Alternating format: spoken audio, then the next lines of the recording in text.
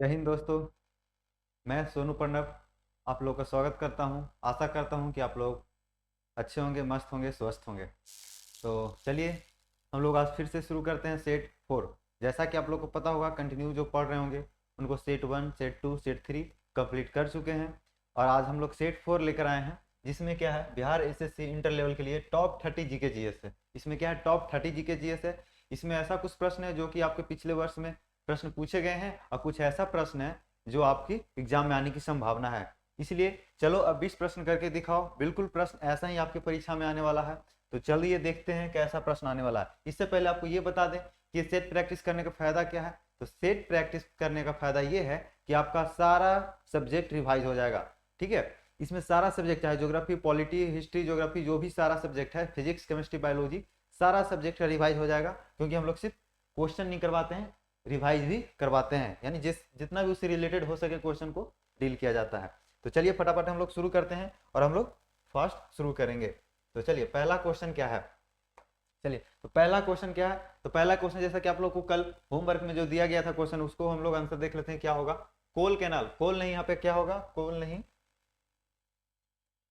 यहाँ पे क्या हो जाएगा, किल कैनाल। क्या हो जाएगा, किल कैनाल जोड़ता है, किसको जोड़ता है, उत्तरी सागर को नॉर्वेजियन सागर से, ओजेव सागर को काला सागर से, आयरिश सागर को अंटार्कटिक महासागर से, और उत्तरी सागर को बाल्टिक सागर से। इसका आंसर क्या होगा, कोल नहीं, किल। क्या हो जाएगा, किल।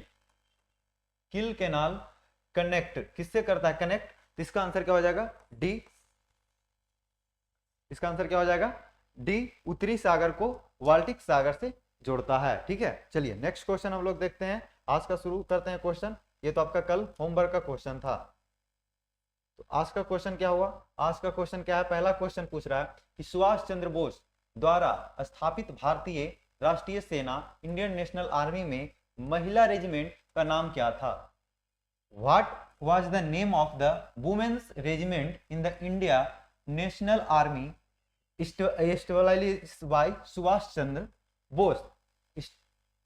कौन किए थे, इसका आंसर क्या होगा, इसका आंसर क्या होगा। तो इसका आंसर आपका डी हो जाएगा, झांसी की रानी। क्या हो जाएगा, झांसी की रानी रेजिमेंट। उन्होंने जो आजाद हिंद का फौज जो शुरू किया था सुभाष चंद्र बोस, वो उसका जो महिला रेजिमेंट थे वो कौन थे, महिला रेजिमेंट थे वे कौन थे, कब शुरू हुआ था। ये आपका 1942 में हुआ था। कब हुआ था, 1942 में। कब हुआ था, 1942 में आपका ये शुरू करवाया गया था।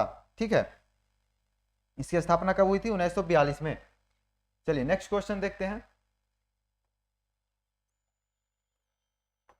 नेक्स्ट क्वेश्चन पूछ रहा है कि स्वतंत्र भारत के पहले वित्त मंत्री निम्न में से कौन थे। इसका आंसर क्या होगा, इसका आंसर क्या होगा। तो इसका आंसर आपका सी हो जाएगा, आर के सनमुख चेट्टी। ठीक है, ये इन्हीं के नाम पे क्या होता, स्वतंत्र भारत के पहले ये वित्त मंत्री बने थे। ये कब बने थे वित्त मंत्री, ठीक है। स्वतंत्र भारत मतलब कि जब भारत आजाद हो गया था, तो उससे आजाद होने के बाद सबसे पहले कौन वित्त मंत्री बने थे, तो ये आपका आर के शासनमुखन चेट्टी बने थे। ये कब बने थे, तो ये बने थे आपका 26 नवंबर, ठीक है, 26 नवंबर 1947 को। ठीक है, कब बने थे, 26 नवंबर 1947 को बने थे। 15 अगस्त 1947 को आजाद हुआ था, और 26 नवंबर 1947 को क्या हुआ थे, ये वित्त मंत्री बने थे। चलिए नेक्स्ट क्वेश्चन देखते हैं। नेक्स्ट क्वेश्चन पूछ रहा है कि भारत द्वारा 1975 में लॉन्च किए गए पहले कृत्रिम उपग्रह का नाम क्या था। इसका आंसर क्या होगा, पूछ रहा है what was the name of the first artificial satellite launch by India. इसका आंसर क्या होगा, इसका आंसर बी हो जाएगा, आर्यभट्ट। क्या हो जाएगा, बी, आर्यभट्ट। ये सबसे पहला उपग्रह था जो लॉन्च किया गया था। किसके सहायता से लॉन्च किया गया था, किसकी सहायता से ये लॉन्च किया गया था, ये रूस की सहायता से लॉन्च किया गया था। किसकी सहायता से, रूस की सहायता से। रूस के जो स्पेस एजेंसी थी उन्होंने ही इसको क्या किए थे, लॉन्च किए थे। ठीक है, चलिए नेक्स्ट क्वेश्चन देखते हैं। और यदि इसमें नेक्स्ट क्वेश्चन, और इसमें यदि पूछ लिया जाए कि भारत का सबसे पहला उपग्रह कौन था, तो भी कौन होगा, आर्यभट्ट ही होगा। चलिए नेक्स्ट क्वेश्चन। नेक्स्ट क्वेश्चन पूछ रहा कि कोलोरू झील निम्न में से किस राज्य में स्थित है? ठीक है, इसका आंसर क्या होगा? कोलोरू झील। ठीक है, तो इसका आंसर क्या हो जाएगा? इसका आंसर ए हो जाएगा, आंध्र प्रदेश में। क्या हो जाएगा? ए, आंध्र प्रदेश में। या ये झील जो है ये किस पानी, मीठा पानी का झील है। किस पानी का? मीठा पानी का झील है। ठीक है, मीठा पानी का क्या है? ये झील है। कहां में है? तो आंध्र प्रदेश में है। चलिए नेक्स्ट क्वेश्चन देखते हैं। नेक्स्ट क्वेश्चन पूछ रहा है निम्न में से किस राज्य के पर्यटन मंत्रालय ने जनवरी 2021 में भारत का पहला श्रमिक आंदोलन संग्रहालय खोलने की घोषणा की थी? इसका आंसर क्या होगा? इसका आंसर क्या हो जाएगा? चलिए फटाफट आंसर कीजिए, इसका आंसर क्या होगा? इसका आंसर क्या होगा? इसका आंसर केरल। क्या होगा इसका आंसर? केरल।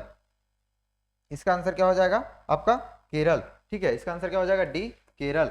अब बताइए, देखिए कैसे निम्न में से पूछ रहा है कि राज्य के पर्यटन मंत्रालय किसके लिए? श्रमिक के लिए। श्रमिक क्या करने जाता है? तो काम करने जाता है। क्या करने जाता है? काम करेला जाता है। तो काम करेला जाता है, तो करेला से याद रखिएगा केरल। करेला से याद क्या रखिएगा? केरल। काम करने के लिए जाता है। श्रमिक कहाँ जाता है? काम करने के लिए। इससे याद रखिएगा क्या? केरल। चलिए नेक्स्ट क्वेश्चन देखते हैं। छठा नंबर पूछ रहा है कि निम्न में से किसने स्थापना की थी राष्ट्रकूट साम्राज्य की? ये पूछ रहा है कि राष्ट्रकूट जो साम्राज्य थी इसको किसने स्थापना की थी? इसका आंसर क्या होगा? इसका आंसर क्या हो जाएगा? इसका आंसर दंती तुर्क हो जाएगा, यानी कि आंसर डी हो जाएगा, दंती तुर्क। ये क्या थे? ये दक्षिण भारत का क्या थे? दक्षिण भारत का राष्ट्रकूट जो थे, थे दक्षिण भारत का एक शासक थे। कौन थे? शासक थे, प्रमुख शासक थे दक्षिण भारत का, जिसे माना जाता है कि इसकी स्थापना कौन किए थे? तो दंत तुग्र। क्या? दंत तुग्र। इसमें क्या हो जाएगा? DANTITURG, दंत तुग्र। चलिए नेक्स्ट क्वेश्चन देखते हैं। नेक्स्ट क्वेश्चन पूछ रहा है कि संविधान सभा के सदस्यों की कुल संख्या 389 थी, जिसमें से रियासतों के प्रतिनिधि कितने थे? रियासतों के प्रतिनिधि थे कितने थे? उसका आंसर क्या होगा? उसका आंसर सी हो जाएगा, यानी कि 93 थे। कितने थे? 93 थे। संविधान सभा में 389 थी, जिसमें से पूछ रहा है कि रियासतों के प्रतिनिधि कितना थे? उसका आंसर सी हो जाएगा, 93 थे। अच्छा, यदि पूछ ले संविधान सभा के अध्यक्ष कौन थे? अस्थाई अध्यक्ष पूछ ले, अस्थाई अध्यक्ष कौन थे? अस्थाई अध्यक्ष कौन थे? ये कौन थे? डॉक्टर राजेंद्र प्रसाद। कौन थे? डॉक्टर राजेंद्र प्रसाद। राजेंद्र प्रसाद। ठीक है, चलिए यदि पूछ ले अस्थाई अध्यक्ष कौन थे? अस्थाई पूछ ले, अस्थाई पूछ ले तो ये कौन थे? तो ये आपके कौन थे? सच्चिदानंद सिंह। क्या थे? सच्चिदानंद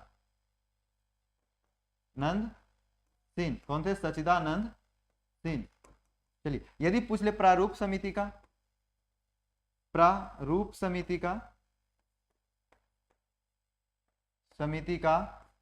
इसका क्या होंगे? प्रारूप समिति का शॉर्ट में लिख देते हैं। प्रारूप समिति का कौन थे?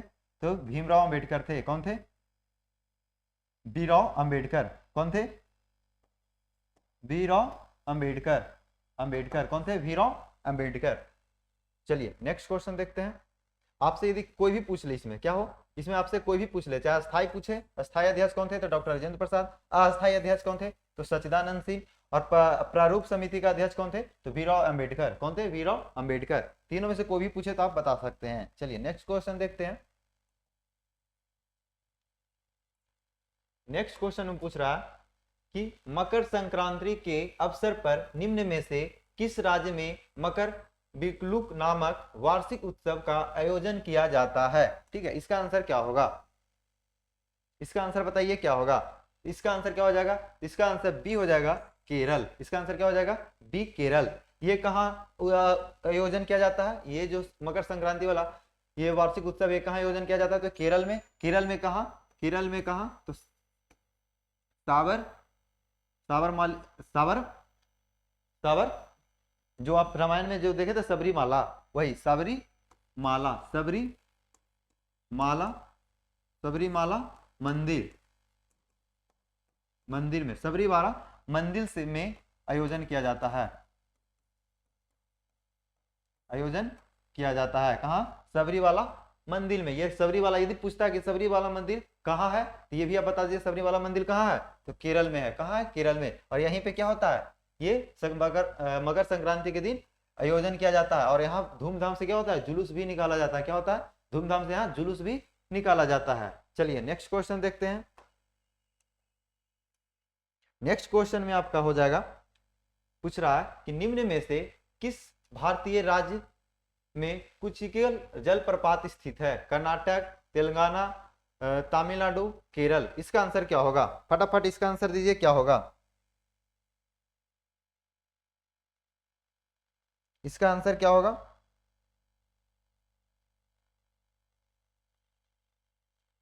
चलिए फटाफट आंसर दीजिए, इसका आंसर क्या होगा? कुची निम्न में से किस भारतीय राज्य के कुचिकल जलप्रपात स्थित है? कहाँ है? तो आपका इसका आंसर क्या होगा? कुचिकल। कुचिकर, ये देखो इसको याद कैसे रखेंगे, इसको याद कैसे रखेंगे? कुचिकल जलप्रपात, कुचिकर, कुचिकर कर कर करते रहता है, कुचिकर कर कर करते रहता है। इसका आंसर क्या हो जाएगा? ए कर्नाटक। क्या हो जाएगा? ए कर्नाटक में कुचिकर कर कर करते रहता है। ठीक है, यदि पूछ ले कि किस नदी पे है, यदि पूछ ले कि किस नदी पे है, तो क्या हो जाएगा इसका आंसर? किस नदी पे है? तो ये किस नदी पे है?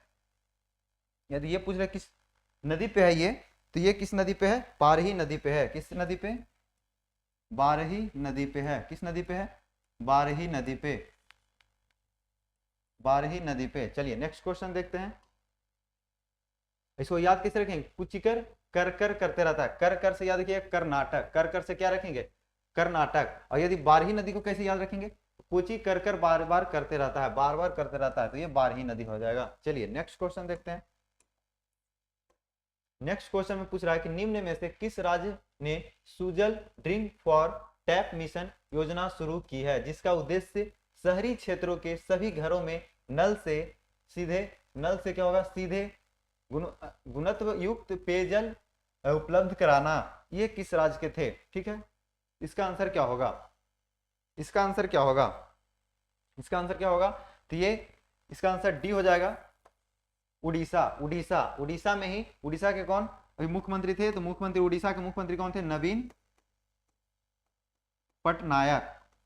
पटनायक कौन थे? नवीन पटनायक ने ही इस योजना को शुरू किया था। इस योजना का उद्देश्य था कि हर घर में जल 24 घंटा उपलब्ध होना चाहिए। हर घर में पेयजल यानी पीने लायक जो जल होता है वो 24 घंटा के लिए उपलब्ध होना चाहिए। कहाँ? तो वह उड़ीसा का एक शहर है। उड़ीसा का क्या एक शहर है? पुरी। पुरी, ठीक है। ये देश का प्रथम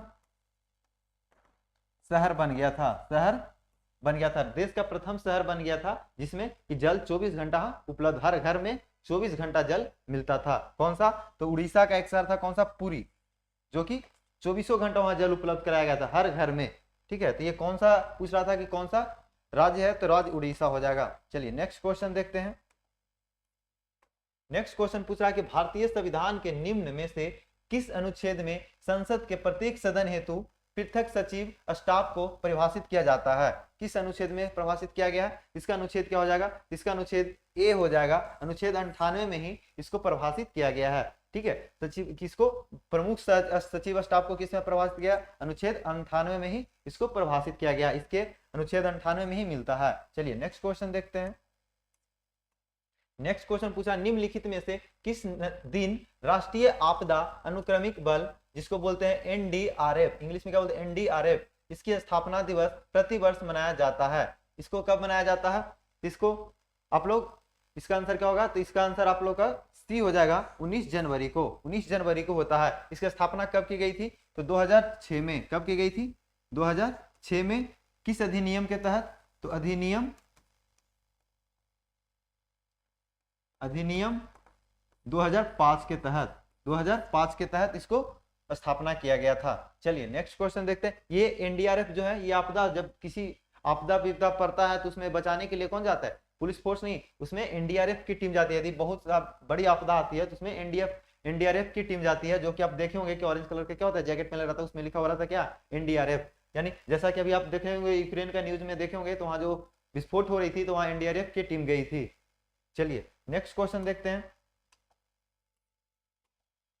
नेक्स्ट क्वेश्चन पूछा, निम्नलिखित में से किस वर्ष भारतीय स्वतंत्रता अधिनियम ब्रिटिश पार्लियामेंट के द्वारा पारित हुआ था? पूछ रहा, in which of the following years was the Indian independence act passed by the British parliament? ठीक है, इसका आंसर क्या होगा?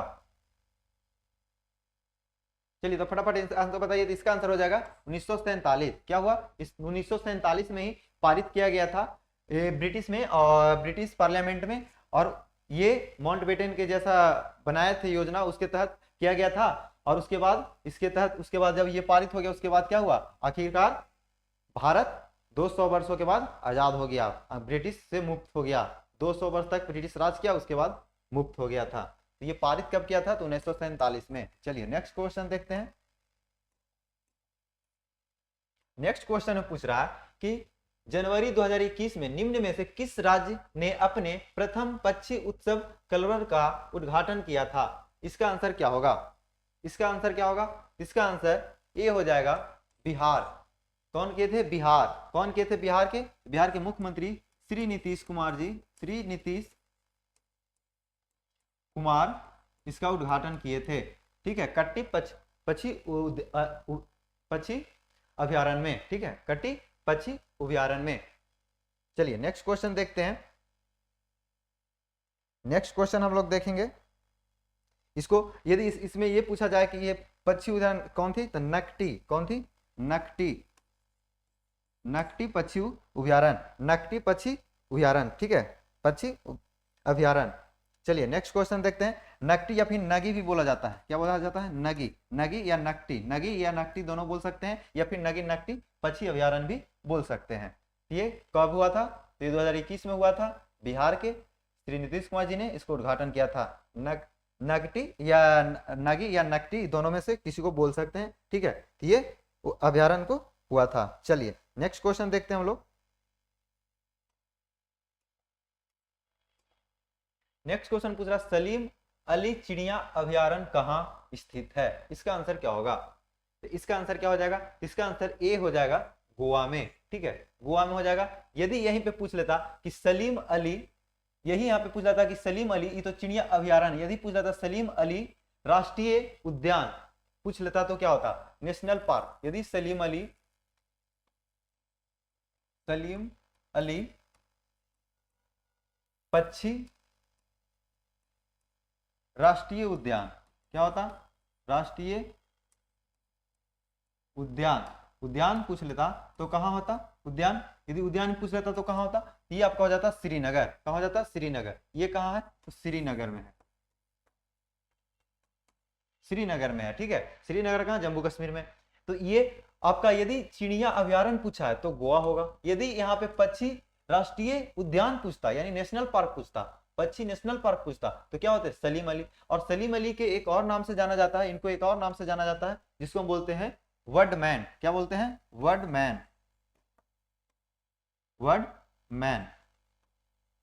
क्या बोलते हैं?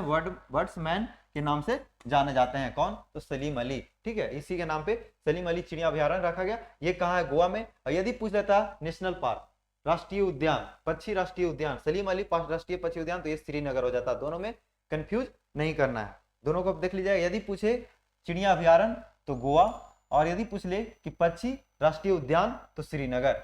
नेक्स्ट क्वेश्चन देखते हैं। नेक्स्ट क्वेश्चन में पूछ रहा है कि रूपसी हवाई अड्डा भारत के किस राज्य में स्थित है? Arunachal Pradesh, Assam, Goa, port Blair. ठीक है, पोर्ट ब्लेयर। चलिए इसका आंसर क्या होगा? इसका आंसर बी हो जाएगा, असम। असम की राजधानी कहाँ है? तो दिसपुर। और असम में ही ये क्या है, इसको यूज भी किए थे। कौन यूज किए थे? तो अंग्रेज लोग। कब? 1945 में, जब प्रथम विश्व युद्ध खत्म हो गया था। उसके बाद जब द्वितीय विश्व युद्ध आया था, तो द्वितीय विश्व आया था 1945 में। कब आया था? 1945 में।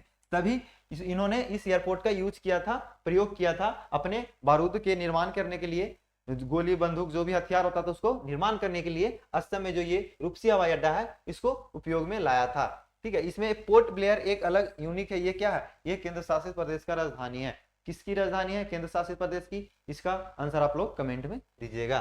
चलिए नेक्स्ट क्वेश्चन देखते हैं।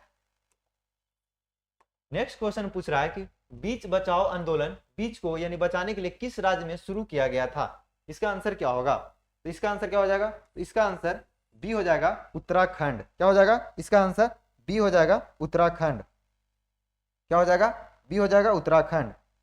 ठीक है, इसका आंसर क्या हो जाएगा? बी, उत्तराखंड। और यदि ही पूछ लेता जाता है यहाँ पे कि ये जो उत्तराखंड है ये उस समय के क्या थे? तत्कालीन उत्तर प्रदेश थे। उस समय उत्तर प्रदेश भी इसी में शामिल था। ठीक है, जिस समय बीच बचाओ, इसका यदि बीच बचाओ आंदोलन शुरू हुआ था। और इसमें यदि पूछ लेता कि ये नेतृत्व कौन कर रहे थे, नेतृत्व कौन कर रहे थे, तो आपका नेतृत्व विजय जड़धारी कर रहे थे। कौन कर रहे थे? विजय जड़धारी। कौन कर रहे थे? जड़धारी। कौन कर रहे थे? विजय जड़धारी। और यदि पूछ लेता है कि कब हुआ, तो 1987 में। कब हुआ था ये? 1987 में। कब हुआ था? 1987 में ये आंदोलन शुरू हुआ था। चलिए नेक्स्ट क्वेश्चन देखते हैं। नेक्स्ट क्वेश्चन पूछ रहा कि सोने और चांदी के शुद्धिकरण हेतु निम्न में से किस अम्ल का उपयोग किया जाता है? इसका आंसर क्या होगा? इसका आंसर क्या होगा? चलिए फटाफट बताइए, इसका आंसर क्या होगा?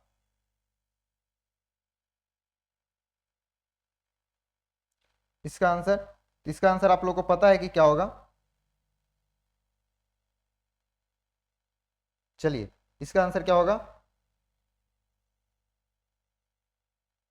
इसका आंसर क्या होगा? तो इसका आंसर आपका नाइट्रिक अम्ल होगा, एसिटिक अम्ल होगा, फॉर्मिक अम्ल होगा, मेलाइक अम्ल होगा। इसका आंसर क्या होगा? तो आपका इसका आंसर ये हो जाएगा, नाइट्रिक अम्ल। क्या हो जाएगा? नाइट्रिक अम्ल। इसी को हम लोग क्या बोलते हैं? इसी को हम लोग क्या बोलते हैं? HNO3। HNO3 क्या बोलते हैं? HNO3। ठीक है, नाइट्रिक अम्ल को। यदि फॉर्मिक अम्ल पूछा जाए तो ये किसमें पाया जाता है? ये फॉर्मिक अम्ल किसमें पाया जाता है? तो डंक में पाया जाता है। किसके? चींटी के डंक में फॉर्मिक अम्ल पाया जाता है। ठीक है, और माइलेइक अम्ल किसमें पाया जाता है? एसिटिक अम्ल किसमें पाया जाता है? तो ये खट्टे पदार्थ में पाया जाता है। किसमें? खट्टे पदार्थ में। और माइलेइक अम्ल किसमें पाया जाता है? इसका आंसर आप लोग कमेंट में कीजिएगा, माइलेइक अम्ल किसमें पाया जाता है। ठीक है, चलिए नेक्स्ट क्वेश्चन देखते हैं। नेक्स्ट क्वेश्चन पूछ रहा है, नेक्स्ट क्वेश्चन में क्या पूछ रहा है कि नेक्स्ट क्वेश्चन में पूछ रहा है कि आपका ये जब हम एक प्याज काटते हैं तो इससे एक गंध उत्सर्जित होती है और हमारी आंखों में आंसू आ जाते हैं। निम्न में से कौन सा यौगिक ताजे कटे हुए प्याज से आने वाली गंध आंसू हेतु उत्तरदायी होती है? जब हम लोग प्याज छीलते हैं या काटते हैं तो क्या होता है? उससे एक गंध आता है। क्या आता है? गंध आता है, और जो कि वायु के संपर्क में आके हमारी आंख से टकराती है और आंख से आंसू निकाल देती है। ये पूछ रहा है कि किस अम्ल के कारण? ये पूछ रहा है किस अम्ल के कारण? तो ये सल्फ्यूरिक अम्ल के कारण। ये किस अम्ल के कारण? सल्फ्यूरिक अम्ल के कारण। ठीक है, इसको हम लोग क्या बोलते हैं? H2SO4। इसका फॉर्मूला क्या होता है? H2SO4। ठीक है, सल्फ्यूरिक अम्ल। ये अभी हम लोग एसिटिक अम्ल के बारे में चर्चा कर चुके हैं। साइट्रिक अम्ल किसमें पाया जाता है? एस्कॉर्बिक अम्ल किसमें पाया जाता है? इसका आंसर आप लोग कमेंट में दीजिएगा। साइट्रिक अम्ल किसमें पाया जाता है? साइट्रिक अम्ल किसमें पाया जाता है? ये सब आप लोग क्या कीजिएगा? कमेंट में सारा अम्ल का आंसर दे दीजिएगा। ठीक है, चलिए नेक्स्ट क्वेश्चन देखते हैं। निम्नलिखित में से कौन सी मूल भौतिक राशि है? मूल भौतिक राशि पूछ रही है। मूल भौतिक राशि क्या होती है? जो हम लोग भौतिक रूप से करते हैं। जैसे कि मान लीजिए इसमें आपको क्या दिख रहा है? हम लोग को देखिए, चाल, वेग, विद्युत धारा, कार्य। ये क्या, इसमें से कौन सा आपको लग रहा है कि भौतिक राशि हो सकता है? पूछ रहा है कि विच of the following is a basic physical quantity. Physical quantity पूछ रहा है, भौतिक राशि पूछ रहा है।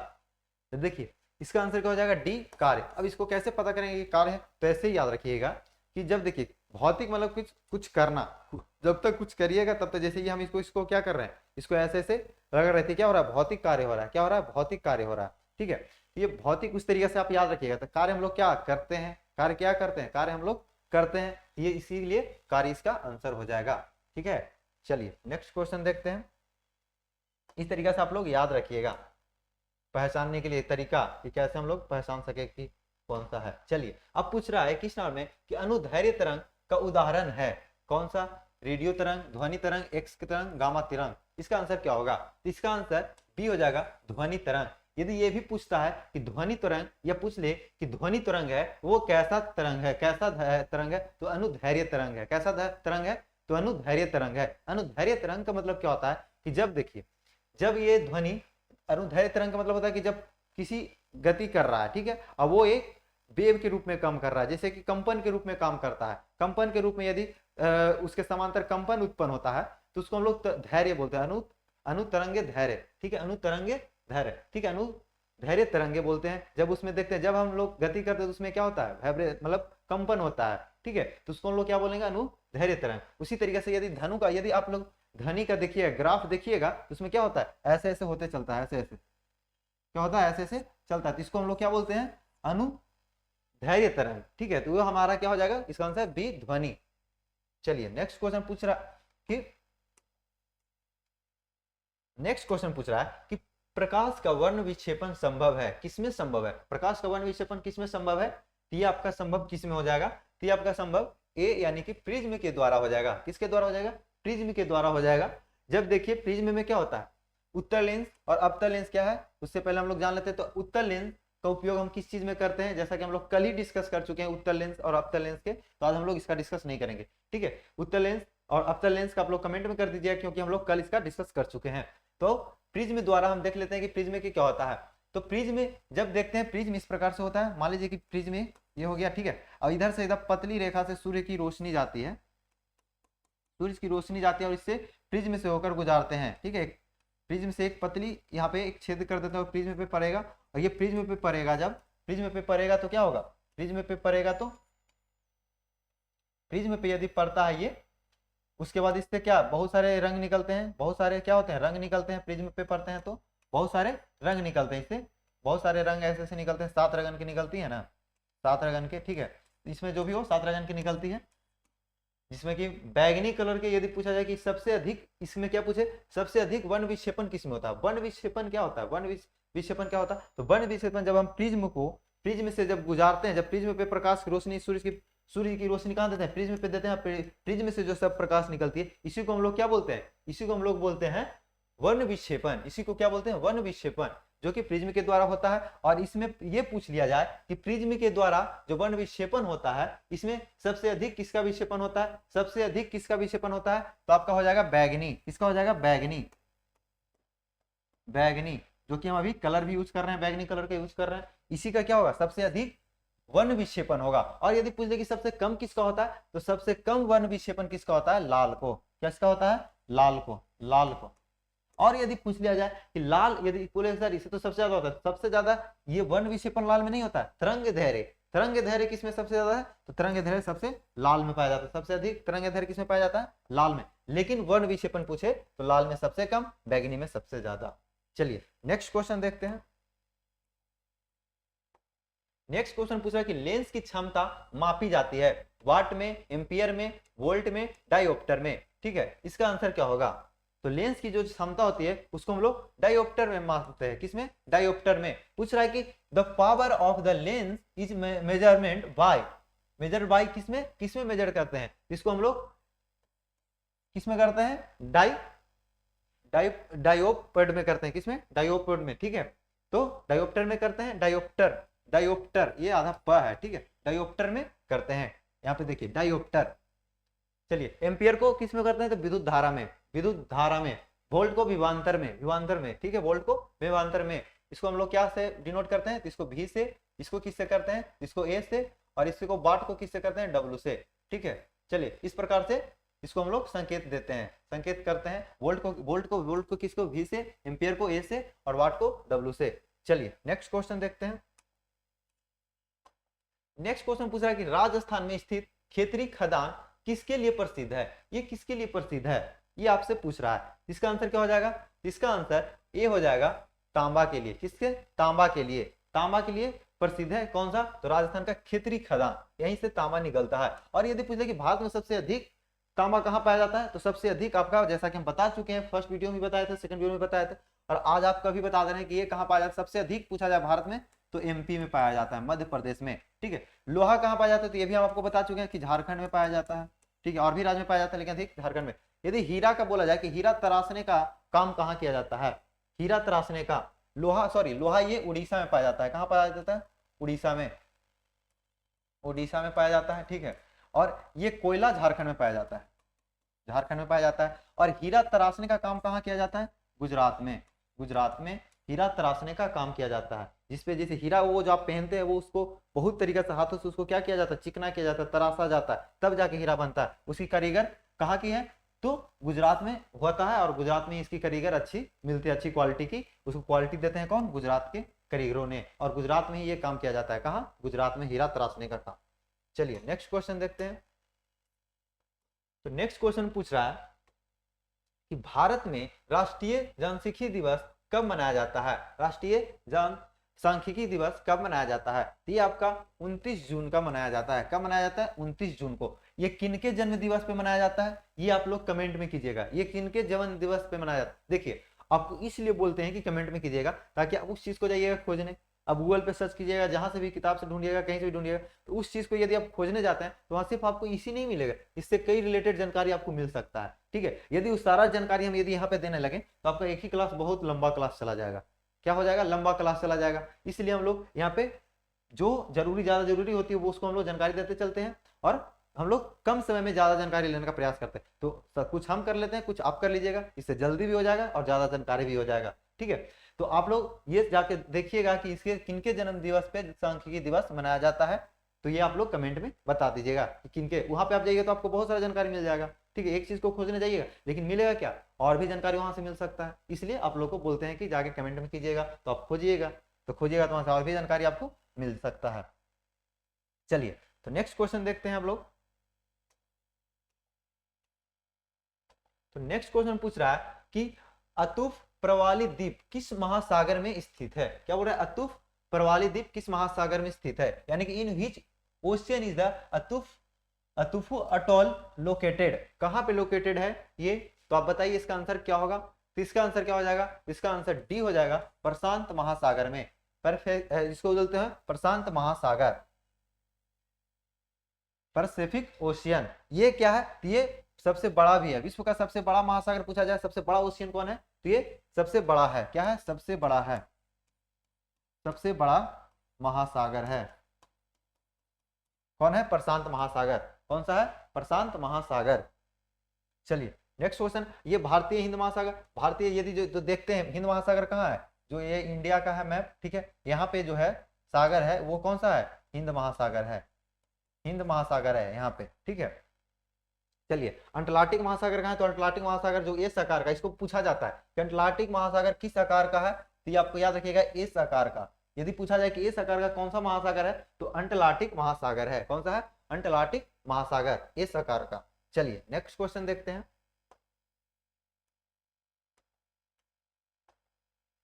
नेपाल की प्रथम बहुराष्ट्रीय पेट्रोल पाइपलाइन बिहार में कहां से प्रारंभ होती है?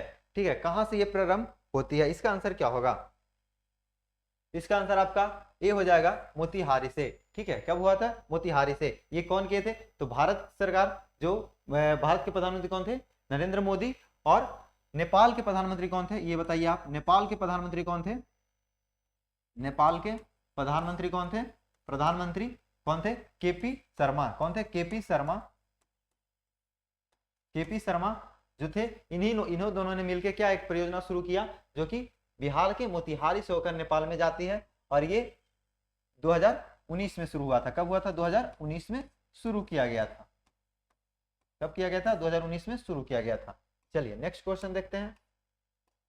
नेक्स्ट क्वेश्चन पूछ रहा है अंतरराष्ट्रीय बॉक्सिंग फेडरेशन का मुख्यालय कहाँ है? मुख्यालय पूछ रहा है, यानी पूछ रहा है कि where is the headquarter of International Boxing Federation? इसका आंसर क्या होगा? इसका आंसर क्या हो जाएगा? सी हो जाएगा, न्यू जर्सी। ये कहाँ में है? ये यूएसए में है, यूएसए में, संयुक्त राष्ट्र अमेरिका, संयुक्त राष्ट्र अमेरिका में है, ठीक है। और ये जो बॉक्सिंग में होता है, ये बॉक्सिंग में जो होता है, ये बॉक्सिंग में जो पुरुष होता है उसको कौन सा बेल्ट मिलता है? पुरुष को कौन सा बेल्ट मिलता है? और महिला को कौन सा बेल्ट मिलता है? महिला को कौन सा बेल्ट मिलता है? ये बताइए जल्दी। तो ये पुरुष का बेल्ट, विश्व चैंपियन बेल्ट किसको मिलता है? विश्व चैंपियन बेल्ट ये जो मिलता है पुरुष को, वो किस कलर का मिलता है? लाल कलर का, लाल रंग का मिलता है। कौन सा? विश्व चैंपियन, विश्व चैंपियन बेल्ट, ठीक है, बेल्ट बेल्ट। यदि पूछ लिया जाए कि स्त्री जो महिला होती हैं उनको कौन सा कलर का मिलता है बेल्ट, विश्व चैंपियन बेल्ट, तो वो उनको नीला कलर का मिलता है। किनको? नीला कलर का, नीला रंग का मिलता है किनको? महिला को। और पुरुष को क्या मिलता है? लाल रंग का मिलता है। तो चलिए, इसका मुख्यालय कहाँ है? तो इसका मुख्यालय कहाँ है? न्यू जर्सी में है। न्यू जर्सी कहाँ है? तो संयुक्त राज्य अमेरिका में है। चलिए नेक्स्ट क्वेश्चन देखते हैं। नेक्स्ट क्वेश्चन पूछा है कि भारत की प्रथम डॉल्फिन वेधशाला कहाँ बनाई गई थी? वेधशाला कहाँ बनाई गई थी? भारत की प्रथम डॉल्फिन थी आपका, इसका आंसर हो जाएगा सी, यानी कि बिहार में बनाई गई थी। बिहार में कहाँ? तो पटना विश्वविद्यालय में, पटना विश्वविद्यालय में बनाई गई थी। ठीक है, पटना विश्वविद्यालय में 30 करोड़ के लागत से, कितना? 30 करोड़ की लागत से बनाई गई थी, लागत से बनाई गई थी।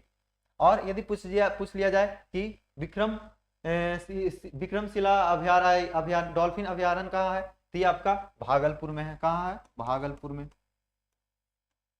भागलपुर में है। कहाँ है? भागलपुर में। चलिए नेक्स्ट क्वेश्चन देखते हैं।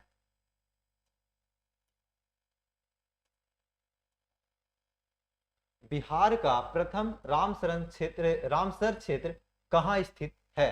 ठीक है, बिहार का यदि देखा जाए तो भारत में टोटल कितना है? भारत में कुल रामसर कितना है? 42 है। 42 है, जिसमें से एक बिहार का है, वो कौन सा है? बिहार का है, वो कौन सा है और कहाँ है? तो बेगूसराय में है। ये इसका आंसर हो जाएगा क्या? बेगूसराय में। कहाँ? ये कौन क्या है? तो ये आपका कौन सा हो जाएगा? चलिए, ये आपका कौन सा होगा? बेगूसराय में कौन सा झील है? कांवर झील। कौन सा है? कांवर झील।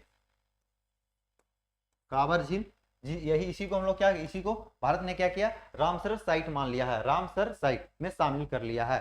टोटल कितना है भारत में? 42, जिसमें से बिहार में एक है, कौन है? कांवर झील। ठीक है, कांवर झील। ये कहाँ है? जो कहाँ है? बेगूसराय में। हमसे वही पूछ रहा था कि क्षेत्र कहाँ स्थित है, तो ये बेगूसराय में है, कांवर झील।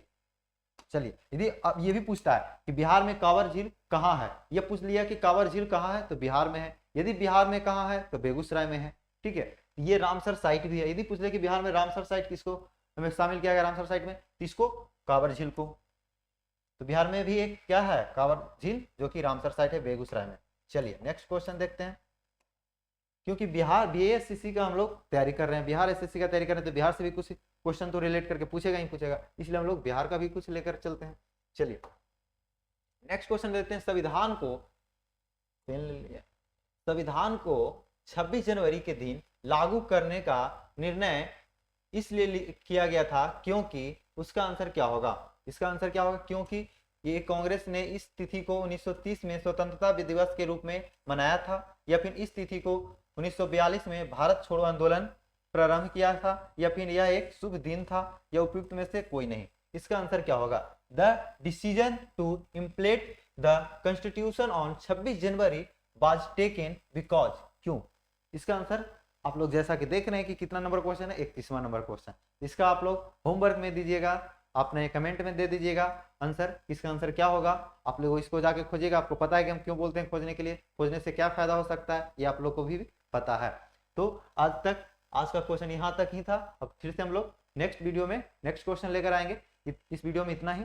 तो वीडियो आपको अच्छा लगा हो तो शेयर कर दीजिएगा वीडियो को, और चैनल पे नए हैं तो चैनल को सब्सक्राइब कर लीजिएगा, ताकि और भी वीडियो हम लोग लेकर आते रहें। और बहुत जल्दी हम लोग मैथ का भी लेकर आने वाले हैं। इसके लिए बस आप लोग का सपोर्ट चाहिए। लोग वीडियो को जितना हो सके ज़्यादा से ज़्यादा शेयर कर दीजिए और चैनल को सब्सक्राइब कर लीजिए। फिर मिलते हैं नेक्स्ट वीडियो में। जय हिंद।